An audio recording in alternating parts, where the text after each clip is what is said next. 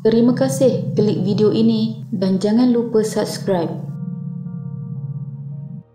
Pada 7 Februari 2023 jam 5.31 petang, pihak bomba telah menerima panggilan kecemasan berhubung laporan kehilangan seorang mangsa yang sedang menjalani kursus juruselam. Susulan menerima laporan tersebut, sebanyak 2 jentera dengan kekuatan 16 anggota dari Balai Bomba dan Penyelamat BBP Merlimau dan BBP Melaka Tengah bergegas ke tempat kejadian. Ketika tiba di lokasi, pasukan keluaran operasi PKO mendapati seorang mangsa lelaki berusia 25 tahun telah lemas. Anggota tentera daripada unit komando Lance Corporal Adrian Baitim yang juga etnik dusun lemas bersama peralatan menyelam semasa menjalani kursus juruselam di 0.7 Batu Nautika Barat Daya kawasan perairan Pulau Undan Merlimau. Mangsa dari unit skuadron bot kombatan Regimen 22 Komando Kamp Iskandar Mersing Johor hilang ketika menjalani latihan eksersis Pari Harimau kursus juruselam di kawasan perairan Pulau Undan. Pada waktu itu, operasi mencari dan menyelamat SAR segera dijalankan bagi mencari mangsa. Namun pada 19 Februari 2023, iaitu selepas 12 hari pencarian, mayat mangsa telah dijumpai. Lalu apa yang telah terjadi? Ini adalah kisahnya.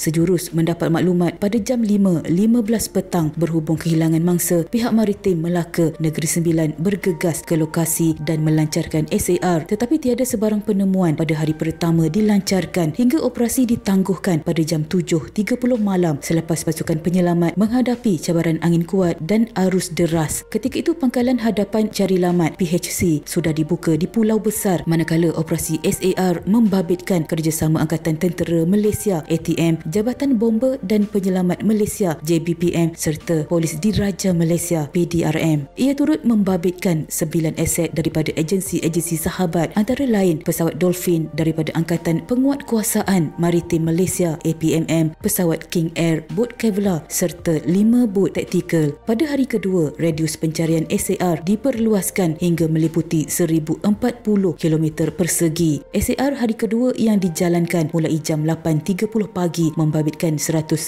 anggota dan 14 pegawai daripada 5 agensi. Operasi pencarian itu dibahagikan kepada 3 zon, iaitu zon dasar laut, permukaan laut dan udara. Terdapat banyak kemungkinan termasuk komando terbabit mungkin boleh dihanyutkan sehingga ke perairan negara jiran kerana keadaan arus di dasar laut serta angin yang kuat. Kesemua 5 agensi menggunakan segala kekuatan aset laut dan udara bagi mencari mangsa. Keluasan pencarian sudah meliputi keluasan 101.2 Batu Nautika persegi tetapi gagal menemui sebarang petunjuk. Pada hari itu, antara cabaran dihadapi pasukan penyelamat dalam operasi adalah keadaan arus yang kuat dan jarak penglihatan yang amat terhad antara 0.6 meter hingga 1.5 meter. Operasi pencarian SAR pada hari kedua kemudian telah ditangguhkan untuk disambung pada keesokan harinya. Namun sehingga operasi SAR pada hari ketujuh, tiada petunjuk diperolehi tentang keberadaan mangsa.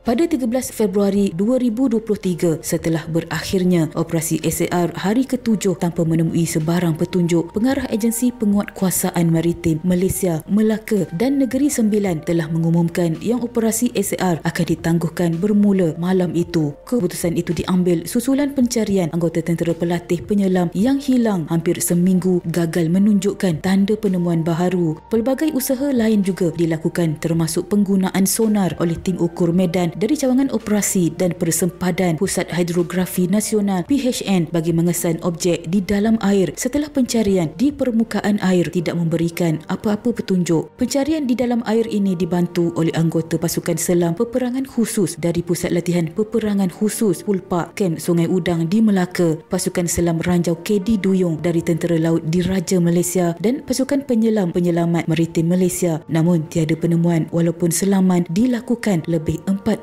meter. Pihak Pusat Koordinasi Menyelamat Maritim Putrajaya turut mendapatkan bantuan Badan Nasional Pencarian dan Pertolongan Indonesia kerana berdasarkan data dan maklumat sistem perancangan optimal mencari dan menyelamat, terdapat kemungkinan mangsa dihanyutkan ke perairan negara jiran itu, namun tiada laporan yang diterima daripada agensi berkenaan. Walaupun SAR yang memasuki hari ke-7 itu ditangguhkan, aset maritim serta agensi sahabat meneruskan rutin rondaan seperti biasa sentiasa dan pihak maritim Malaysia akan memberi makluman dari semasa ke semasa sekiranya terdapat petunjuk atau penemuan terbaharu. Pada 15 Februari 2023, Badan Nasional Pencarian dan Pertolongan Basarnas Indonesia memaklumkan operasi mencari dan menyelamat mangsa yang dikhawatiri lemas di perairan Pulau Undan di Selat Melaka telah ditamatkan. Basarnas memutuskan perkara itu selepas tiada sebarang petunjuk mengenai keberadaan mangsa yang mungkin dihanyutkan sehingga ke perairan negara itu, tetapi mereka tidak dapat mengesannya selepas pencarian hampir 7 hari. Bagaimanapun, Basarnas masih memantau rapi kawasan berkenaan dan operasi mencari akan disambung semula jika terdapat petunjuk baharu.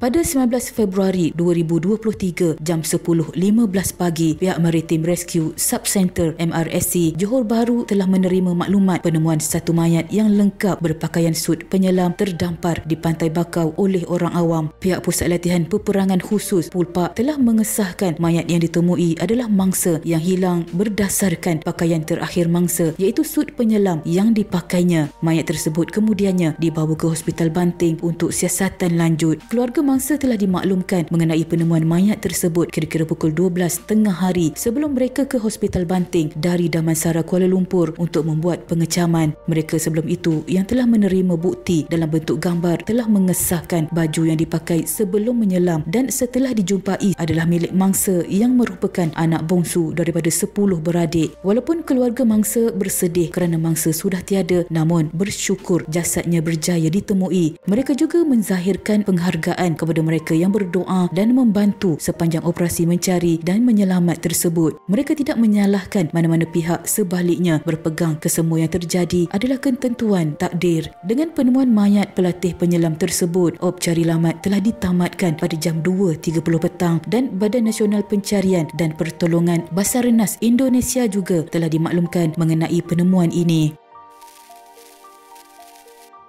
Pada 20 Februari 2023, mayat mendiang yang diterbangkan dari Pangkalan Tentera Udara Subang dengan pesawat Hercules C-130 Tentera Udara Diraja Malaysia TUDM pada 5.30 petang disambut penolong pegawai pemerintah Batalion ke-22 Regimen Askar Melayu Diraja RAMD Kem Seri Kinabatangan Major Syahwira Ma'ruf. Anggota tentera turut memberi penghormatan terakhir kepada mendiang, seorang anggota tentera darat daripada Grup Gerak Khas GGK atau Komando di lapangan terbang itu. Beberapa ahli keluarga terdekat mendiang juga turut mengiringi jasadnya ke sandakan dengan menaiki pesawat TUDM. Pada kira-kira 10 malam, mayat mendiang dibawa ke tempat kelahirannya di Kampung Maliau, Tongot, iaitu kira-kira 182 km dari sandakan bagi urusan pengebumian. Pengakhiran yang menyedihkan buat keluarga mangsa, namun mereka bersyukur jasadnya berjaya ditemui. Takziah diucapkan kepada keluarga mangsa di atas kehilangan orang yang disayangi.